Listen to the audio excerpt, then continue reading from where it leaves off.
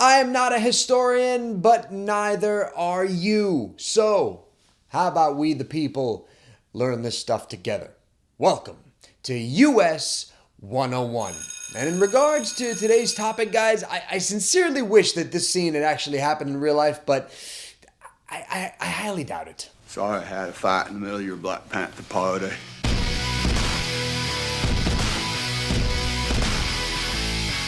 This week, guys, is a huge week for movies, specifically for fans of the Marvel Cinematic Universe, because this week Black Panther comes out in theaters, and I plan on seeing it as soon as tickets stop being sold out. By the way, did you know that Black Panther made his debut in comic book form in 1966, July of 1966 to be more specific. He made his first appearance in a Fantastic Four comic book, specifically Fantastic Four number 52. Now, while millions of people are going to be making their way to the theaters to check out Black Panther, I would like to take this opportunity, if you don't mind, to use this movie as a teaching moment and talk to you guys about the real Black Panthers, the Black Panther Party that kicked off in the United States, coincidentally, also in 1966. Now, prior to the Black Panthers coming into existence, you must remember, for context's sake, that the 1950s and the 1960s were a huge time for African Americans. This was the time of the civil rights movement and the end of Jim Crow in the United States. This was a time when Black Americans stood up and demanded that they be treated as equals across the board. No more separate schooling, no more separate housing, no more separate bathrooms, separate drinking fountains, separate restaurants, none of that. And the movement would culminate into the signing of the Civil Rights Act on June 2nd, 1964 by then President Lyndon B. Johnson. But just because the Civil Rights Act was signed didn't mean that African Americans were done fighting. Now let's jump back a little bit to 1961, where we will meet the following men. We'll meet Huey P. Newton and Bobby Seale, two students who were going to school in Oakland, California at Merritt College. And these two guys weren't just students at Merritt College, but they were also intellectuals as well. They were studying topics like the law, they were studying philosophy, and in fact, they started a group called the Negro History Fact Group, which pushed colleges and universities to begin adding African American studies to their curriculums. Additionally, these two were also huge fans of Malcolm X. On top of that, they were also fans of Marxist philosophy. They were also fans of Mao Zedong's Little Red Book, which was written by Chairman Mao of China at the time and was pushing a communist philosophy. Needless to say, Newton and Seale definitely left-wing radicals. But then in 1965, Malcolm X was assassinated, and the assassination affected Newton and Seale so much that they decided to do something about it. They decided to form a group that emphasized African Americans defending themselves from violence. Which brings us to 1966, and the two men formed the group known as the Black Panthers for self-defense. And their initial goal was actually to monitor police activities in primarily African American communities. And they weren't just monitoring police activity by, let's start a neighborhood watch and keep an eye on the police. If anything happens, someone write a report on it and let us know. No. They were monitoring the police with firearms in hand. And the thing is they were legally allowed to do so. So the Black Panthers would go out and watch the police with firearms in hand to make sure that the police weren't harassing African Americans during a routine stop. What they would do is they would stop a certain distance from the officer, and who told them when to stop? That would be Newton, because he was studying the law, so he knew exactly how far you had to stay away from a police officer. They would stay about 10 feet away from the officer, and at the same time, they would let the African American that was being stopped know their constitutional rights. And the Black Panthers were carrying firearms with them, not because they wanted to incite violence, but because at the time in California, you were allowed to carry a firearm on your person. They had an open carry law. But when the Panthers started doing this, how long do you think it took before that legislation stopped? Go ahead, show of hands if you know the answer. I'll give you a hint. Not very long. Legislation was soon passed in the state of California by Don Mulford, and he wanted the open carry law to cease and desist. Did not want people carrying weapons out in the open anymore. And this piece of legislation, this bill, became known as the Panther Bill by the media, because everybody knew why they suddenly wanted to introduce this piece of legislation. So so that the Black Panthers would stop these armed monitorings of police officers. Now, how do you think the Black Panthers responded to this bit of legislation trying to be passed? Oh, they went and protested in the most badass way possible. On May 2nd, 1967, about 30 Panthers with weapons in hand went to the state capitol building, entered the building with their weapons, and tried to enter the main chamber. And since the Black Panthers were obviously stopped from entering the main legislative chamber, they decided to go out onto the lawn where they continued their protest there. But their protest was met with the bill being signed into law. Now, a few fun facts about this bill. First off, it was signed off by then Governor Ronald Reagan, who later in the 1980s, when he was running for president, became a staunch advocate for Second Amendment rights. And secondly, this bill was backed by the NRA, was backed by the National Rifle Association, a group that is solely dedicated to making sure that the government does not take away guns from Americans. But monitoring the police was not the only thing that the Black Panthers wanted to accomplish. In fact, they also wanted to do a ton of community outreach as well. The Black Panthers actually started a program that would feed breakfast to underprivileged kids coming from underprivileged neighborhoods that couldn't get breakfast in the morning before going to school. And this program would become so popular that they would go on to feed thousands of kids, not just in Oakland, California, but in other programs that sprung up across the United States. Additionally, the image of Panthers feeding underprivileged kids free breakfast in the morning, giving them juice, eggs, bacon, whatever it is that they wanted for breakfast, that image helped to counteract against the other image that the Black Panthers had, which was, militant African Americans in black jackets, black berets, and carrying weapons. And by 1968, the Black Panthers had begun to spread outside of California and across the country. By 1968, there were over 2,000 members of the Black Panthers in the USA. And the Panthers, which had now shortened their name from the Black Panther Party for Self-Defense to just the Black Panther Party, being a party, they also had a political platform. It was called the 10-Point Platform, and it was designed to get Black Americans housing, education, civil rights, withdrawal from military service, jobs, freedom from police brutality, and more. And Newton and Seal actually drew from Marxist theory to put together their 10-Point Platform, and soon their rallying cry for the Black Panthers would be the now famous quote, "All power to the people." However, as time goes on, a few things start to happen that begin to break down the Black Panthers. First off, in 1967, Newton was arrested because it was said that he had killed a police officer by the name of John Frey, and his case would later go to court where he was charged with manslaughter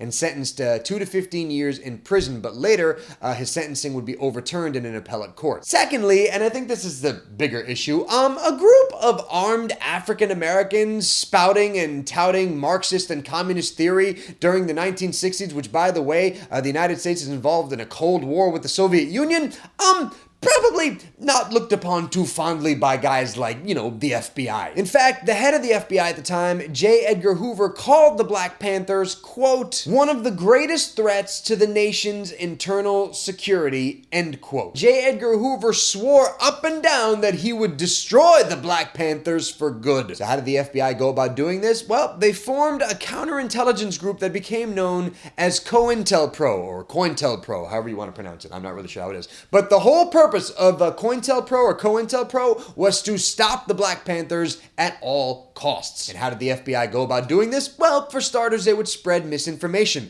about the group. For example, the free breakfasts that the Black Panthers were doing, feeding underprivileged kids. Yeah, the FBI would go around and tell parents, "Hey, the Black Panthers are feeding your kids, but do you also know that when they're feeding their kids, they're telling them how to become communists?" So not only would they tell parents that the Panthers were trying to indoctrinate them into the ways of communism, but they would also tell them that the food that they were serving was full of disease. As a matter of fact, according to one source, here in Chicago, before a free breakfast program was set to open up, it said that a group of Chicago police officers broke into the place where the breakfast was supposed to happen, and they destroyed all the food that was going to be served. And unfortunately, the FBI and police didn't just stop at, breaking up breakfast programs and intimidation tactics.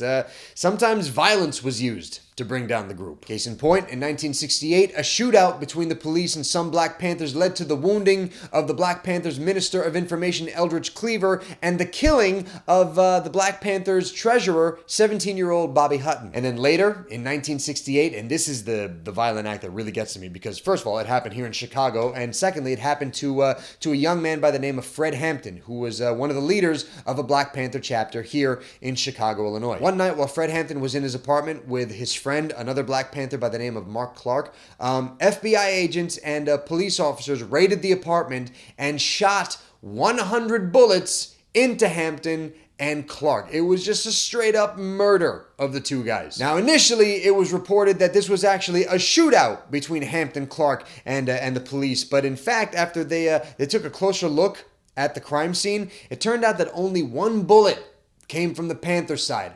The other 100 came from the police and the FBI agents. Additionally, guys, the dissolving of the Black Panthers also led to infighting and violence between other members of the group. For starters, Stokely Carmichael, who was a one-time leader of the Student Nonviolent Coordinating Committee, or SNCC for short, he started building some tension between Eldridge Cleaver. And the reason tension was building between the two was because both of them had two pretty different ideologies as to how the Black Panther Party should move forward. And this tension would eventually bleed over into incidents where Black Panthers were turning on one another. For example, in 1969, a Black Panther by the name of Alex Rackley was tortured and murdered by other Black Panthers because it was assumed that Rackley was actually a police informant. And then later, in 1974, a bookkeeper for the Black Panthers by the name of Betty Van Patter was found murdered, and while no one knew who actually did it, it was thought to be the work of Black Panther leadership. And by the 1970s, guys, the Black Panthers had pretty much lost all of their steam. And even though Huey P. Newton came back and tried to run the Black Panthers again, and he wanted to focus more on local politics and just have the Black Panthers focus on Oakland, California, it never regained any sort of real momentum. Support for the party had waned, and by 1982, the Black Panthers would officially dissolve. And on top of that, the future for Huey Newton wasn't too bright. The man ended up becoming a criminal. He tried going to Cuba after being charged with additional crimes, some of which include embezzling funds from a Black Panther school and also murdering a teenage prostitute. And Huey Newton would actually die in 1989 after being shot to death. So not a grand ending for the founder of the Black Panther Party. Now today there actually is a group that calls itself the New Black Panthers, okay? But they're not affiliated at all with the original Black Panthers. In fact, original Black Panthers have come out and said they have nothing to do with us. Furthermore, groups like the Southern Poverty Law Center have deemed the New Black Panthers a hate group. And there you have it, my friends, the story of the real Black Panthers, the real Black Panther Party. And you may look at the story and you may say to yourself, man, it ended on a pretty note. But the Black Panthers definitely did leave behind a legacy. For starters, the Panthers' free breakfast program, which was put to a halt in the early 70s, by 1975, there was a nationwide program that was picked up, and to this day, they feed nearly 15 million children every single day. And who's to say that if the Black Panthers hadn't started that program, maybe that program might not exist. And furthermore, the Black Panthers took it upon themselves to empower other African Americans. Yes, the Civil Rights Act had been signed by this point, but don't think for one second that there still wasn't racism happening after the Civil Rights Act. It wasn't like Civil Rights Act was signed and everyone was like, oh, now blacks are equal. No, not the case. So the Black Panthers took it upon themselves to remind African Americans, hey, you have rights. Go ahead and defend yourselves. Go ahead and take care of yourselves, man. Because if no one else is going to do it for you, you've got to empower yourself. All power to the people. And that, my friends, is it for this episode of US 101. I apologize for the episode being a bit longer than usual, but I really wanted to dive into this topic so that you guys could fully understand